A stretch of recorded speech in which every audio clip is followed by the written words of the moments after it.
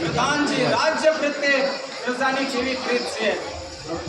ગૌશાળા તથા કન્યા શાળાની અંદર પાઠશાળામાં કેટલા વિદ્યાર્થીઓને શિક્ષણ જ્ઞાન અપાઈ રહ્યું છે તે મને સગળો વિસ્તાર કહી સંભળાવો. અને મારી ગેરહાજરીની અંદર એવું વર્તન અધિકારી વર્તે છે અને મારી પ્રજા સુખી છે કે દુઃખી તે સગળો વિસ્તાર કહી સંભળાવો.